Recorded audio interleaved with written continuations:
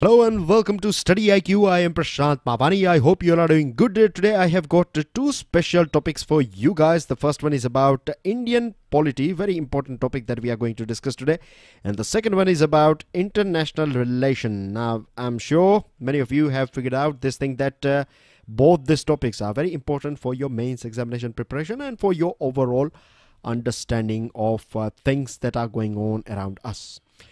But before that, I would like to introduce all of you to our SSC JE pendrive courses. As you can see on your screen, we have covered civil, electrical and mechanical, both technical and non-technical. And to find out more about it, check out StudyIQ.com. With this, you'll also find, if you're preparing for other exams, then you will find pendrive and tablet courses for various different competitive exams on our website, that is StudyIQ.com. With this, dear friends, if you want to download the PDF of today's lecture, you will get it from my Facebook page and Twitter handle. I have a special request for you guys, but we'll talk about it at the end of this lecture. So let's crack on with the first item. This one is associated with Indian polity, and we are going to raise this question basically that do we really need this bicameral system, bicameral and unicameral? So let me throw some light on this words or this system for the sake of new students, you know, those who have just started preparing for various different competitive exams. So I'm sure you know this basic thing that we have two houses. When I say two houses, I'm talking about one is Lok Sabha and the other one is Rajya Sabha. We are talking about our parliament, of course.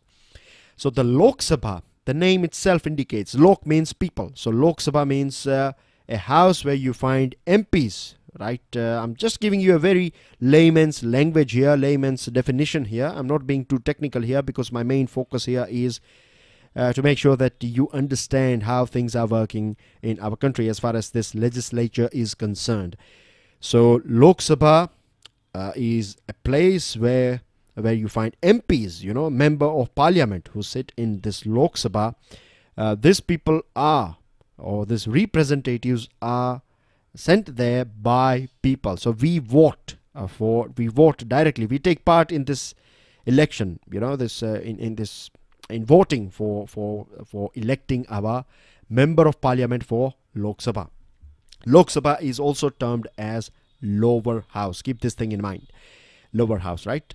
Now, second item that we have is Rajya Sabha. Rajya means state. So here you find representatives of various different states of our country. I'm sure you know that we have 29 states in our country. So you find representatives of various different states of our country, and again they are also known as MPs, but we don't take part in electing our Rajya Sabha MP, Rajya Sabha members. We don't take part in election of this Rajya Sabha. This is very basic thing, and the reason why I'm starting with this basic knowledge is there is a reason behind it. If we want to understand what's going on, we have to be absolutely clear with this thing, right? So that's Lok Sabha and Rajya Sabha, two houses. Now this is about central government, isn't it? This one we are talking about parliament of our country. Then we have legislative assemblies in various different states. Basically, in all our states, we have legislative assemblies where you have MLAs. I'm sure you know the connection here, right? So it's something similar. Lok Sabha, you can say the way Lok Sabha works, you know, some on the same line, you find legislative assembly working.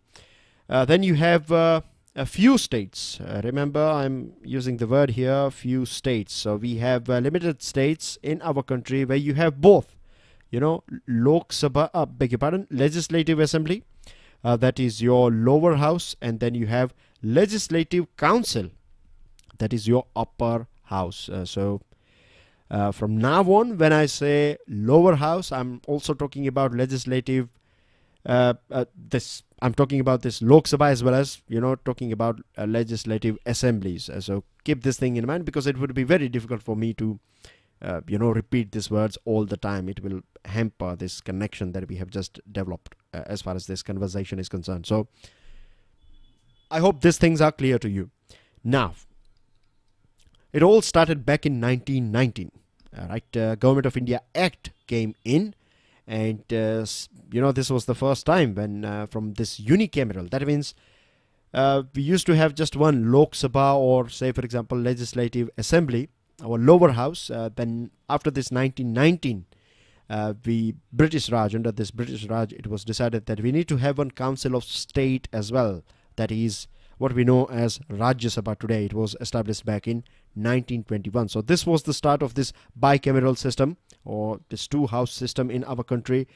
There was a very famous report, I'm sure you might have heard about this thing, that Montague-Chelmsford report. That's what the famous name is, right, of this report. So this report basically proposed that we need to have double houses, you know, this bicameral system, not only at the central level, but at that point of time, states were referred as provinces. This is a sort of, you can say, a synonym of this thing, or this word that we use, state. So at that point of time, it was proposed that there should be upper house as well as there should be a lower house in various different states, so that we protect ourselves from this hasty means this speedy passage of various bills or laws. So this was proposed by this Montague-Chelmsford report.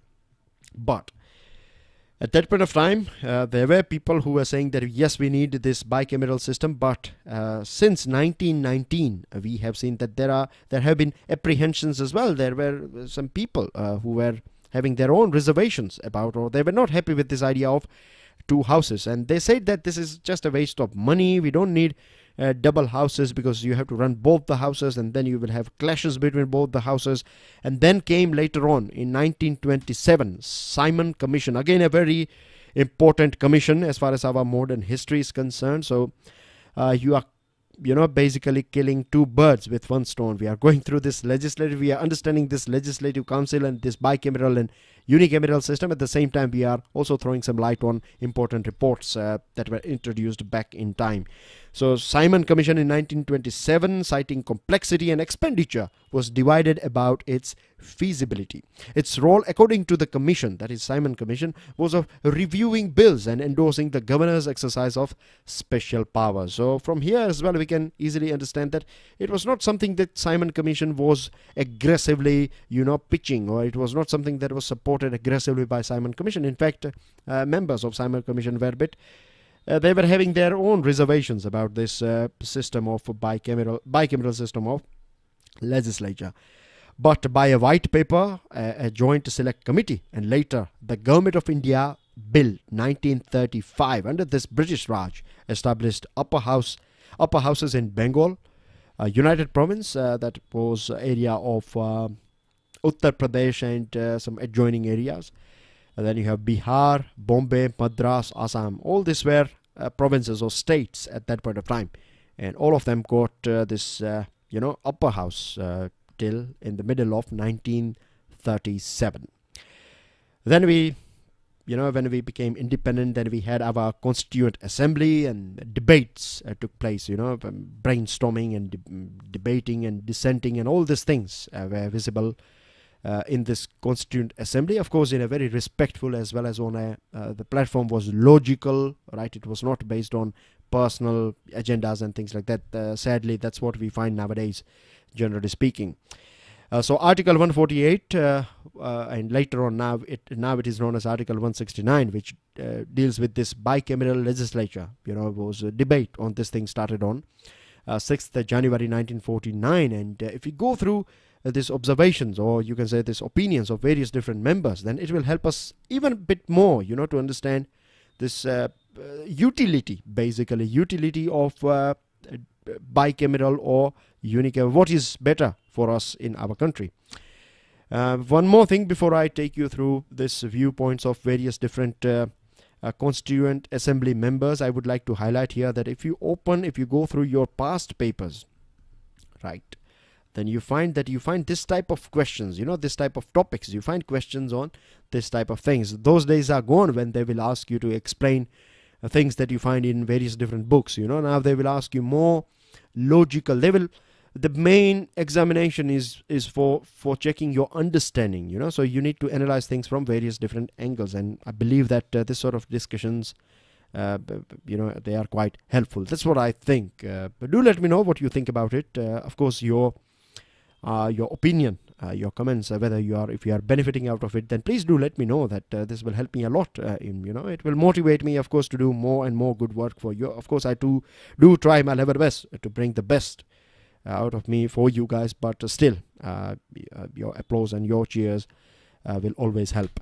So the first member, KT Shah, he said that this whole idea of having this bicameral system is reactionary, and also going for a sort of non-elected body. As I told you, that we don't elect members of Rajya Sabha, right? We don't take part in election of Rajya Sabha members election process. And same thing goes for Legislative Council, that is the upper house at state level. So there is no point, as per KT Shah, that why we need to have non-elected body. He also said that all those people who are supporting this system, they are basically champions of vested interests. They have something, some hidden agenda behind this proposal of bicameral system. That's the reason why they are saying this thing, or supporting it. The third point, and this is very valid even today as well, that what do we find most of the times, right, in various different states where we have this system. And did I ask you this question? Can you give me the name of states? This is a question for you guys. Give me the number of states in which we have this dual system, right? And also give me the number of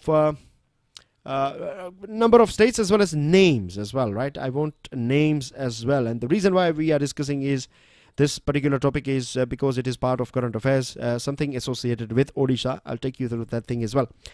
So what we find nowadays in this upper houses at state level, we find that they are like, they are houses where if you have done something for party but you are not becoming MLA, right, then they will, the party will propose you, or they will provide you a seat here in this upper house. So it's sort of a patronage thing, So this is something that is not necessary as per KT Shah, and in today's reality as well we find this sort of thing. So we can argue that we don't need this sort of system. The other thing is Bishwanath Das, his opinion, he compared this thing with an ornament, basically a showpiece.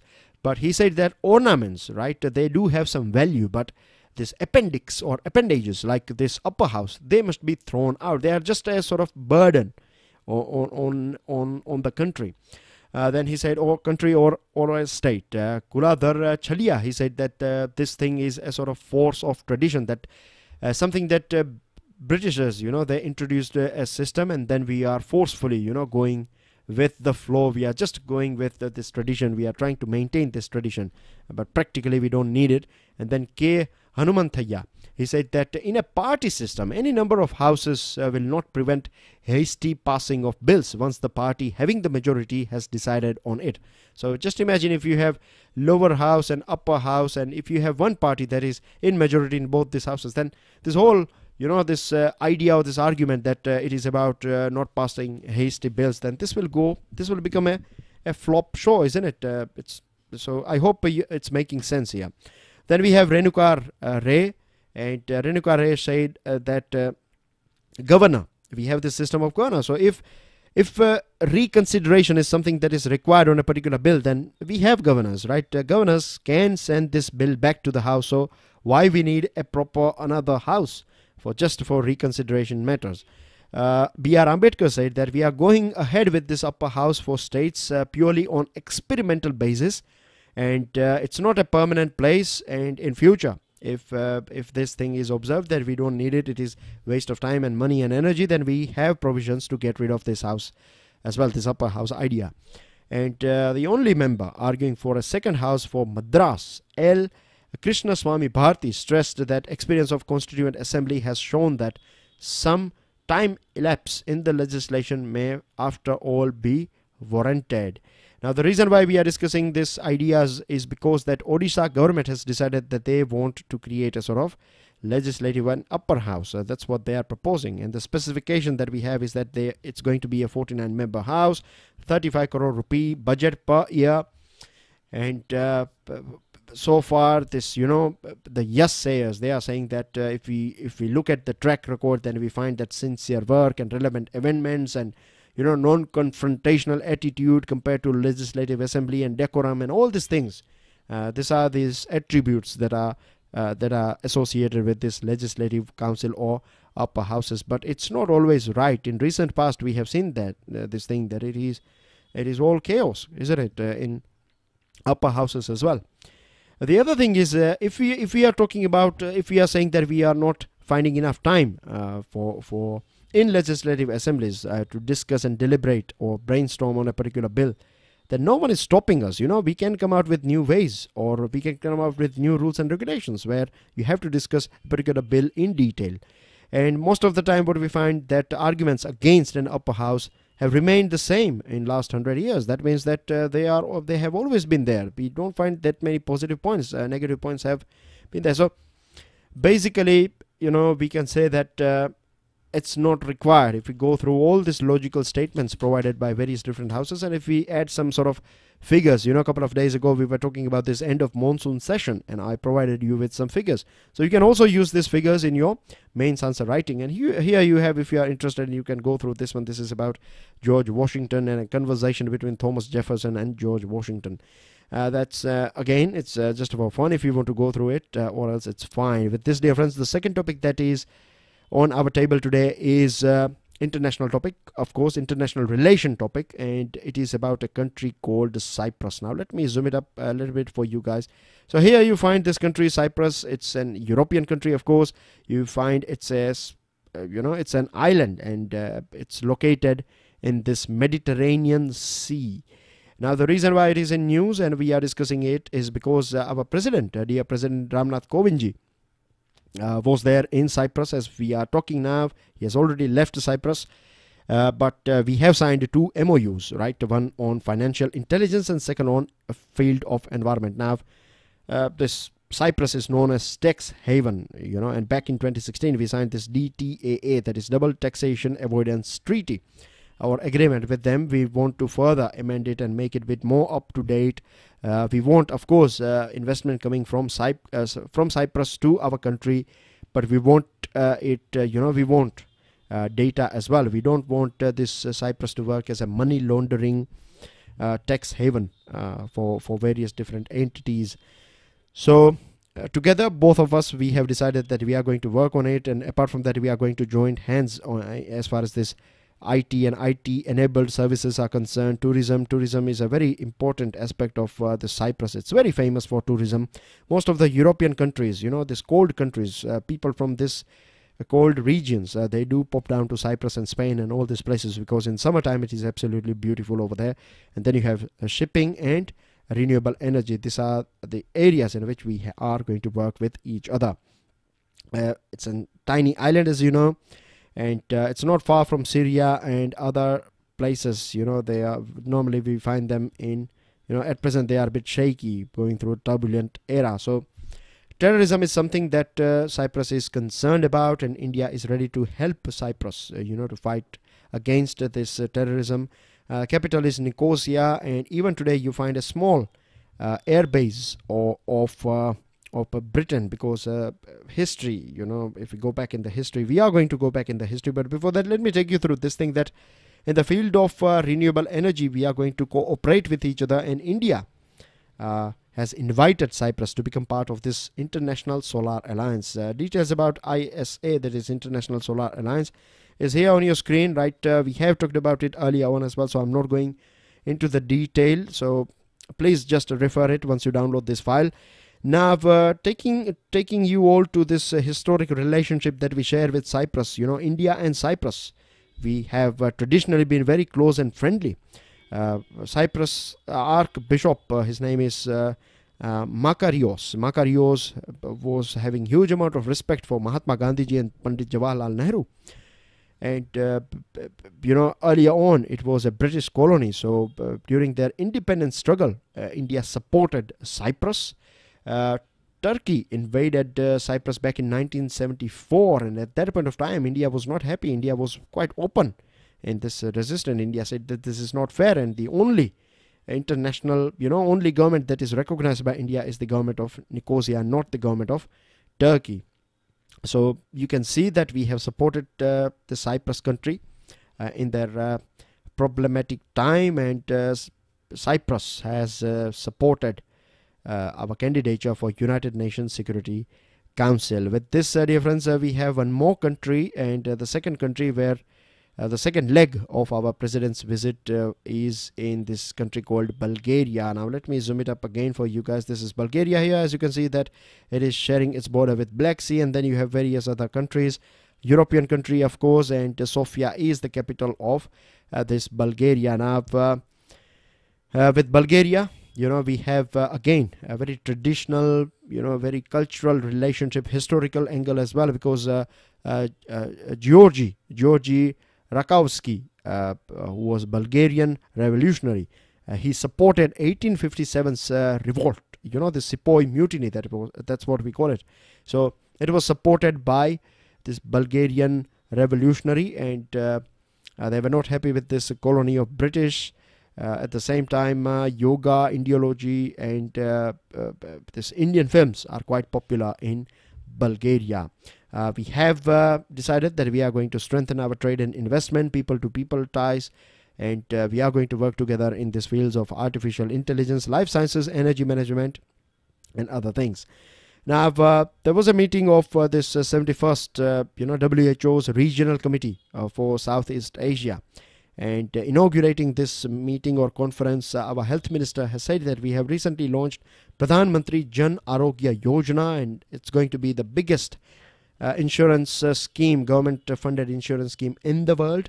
And Niti Aayog has came out with a very interesting idea. This idea is about, to have one nation, one card policy. Now, what this one nation, one card means, it's not about Aadhaar, it is about a sort of travel card, right? It can be either a physical card, or it can be something that, an app or something that you can have in your mobile phone. So you can either recharge the system with which I have some experience with, this system is, it was back in UK, they have this Oyster system, they have this travel card system as well. So how it works is, you buy one travel card, right? You can get it for a day, or you can have a sort of credit card sort of thing, that you can recharge. You can add up, you can top up that thing. So if you want £10 or £20 or whatever, you can add money into it, and you can use that Oyster anywhere. You can, if you get on a bus, then you have this small machine where you touch this card, and it will take away money from you, automatically, electronically. So you don't have to worry about cash and things like that. So once you alight from the bus, once you get down from the bus, then if you want to catch a train or metro or any other thing, transportation system, you can use that card. Or you can have one travel card, but this travel card is, I'm just giving you a small example, that is applicable only in City of London, but this Oyster, you can use it throughout the UK. So something similar, one nation, one card, for various different modes of transport. That's what Amitabh Kant, who is a CEO of Niti Aayog, he is proposing this idea, and this is something that we need to embrace. Of course, we need this thing so that you can have one card or something in your mobile phone, an app or something, barcode or something, or maybe this QR code through which you can travel anywhere you like, and you don't have to carry cash. And there are so many things, that will be sorted out with this thing.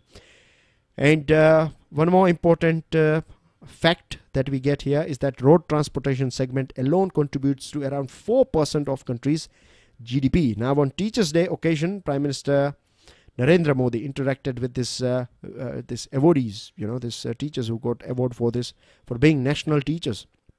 And National Teachers Award 2017 were given out by our Prime Minister. He had a conversation with the teachers as well as students, and he also said that a teacher remains a teacher throughout the life. I would like to add something, right, dear friends, that being a teacher, I can say that it's not being a teacher, that is more important. It is more about keeping that student that is in you. Every one of us, we have that student in us, and if you are able to make sure that that student is active, curious, hardworking enough, then trust me, then that's it. Then you have reached your destination. So basically, a student within us is more important, and that's what we find in a good teacher. That's what I believe, that we find most of the teachers whom we love, and most of them are very kind as well. So the teachers whom we love, we find that they have this student within them that is alive forever. With this last item that we have is Ministry of Defense has got a news from us for us from Kazakhstan, and it is about this Indo-Kazakhstan joint army exercise. The name is Kazind, and it is going to take place from 10th to 23rd September 2018 in Kazakhstan. This is the third joint military exercise. The second one was held in India, so the third one in Kazakhstan. The fourth one will be in India. This is how it goes on. And the main aim is to build army-to-army relationship, exchange skills and experiences, and counter-terrorism is something that India can teach Kazakhstan, because we have good amount of experiences in this field. So that's everything in today's discussion, dear friends, and one request that I have for you guys is that please do share this lecture with other students. If you are on any social networking site, right, I don't mind, you are on WhatsApp, Telegram, or FB or Instagram or Twitter, right, please make sure that on regular basis, right, please do share this lectures with other students, because there are so many students out there, they don't get this facility, they don't know about this PIB analysis, they don't know what PIB stands for, because they have just started preparation. So you can help me with this thing, you can help all those students out there, and this is, I believe, will be a very noble cause, as well as a sort of step in nation building as well, because remember, we have talked about it, that education is the biggest tool that we have to change the situation in our country. With this, dear friends, enjoy your studies. I'll see you all soon. God bless you all. Jai Hind.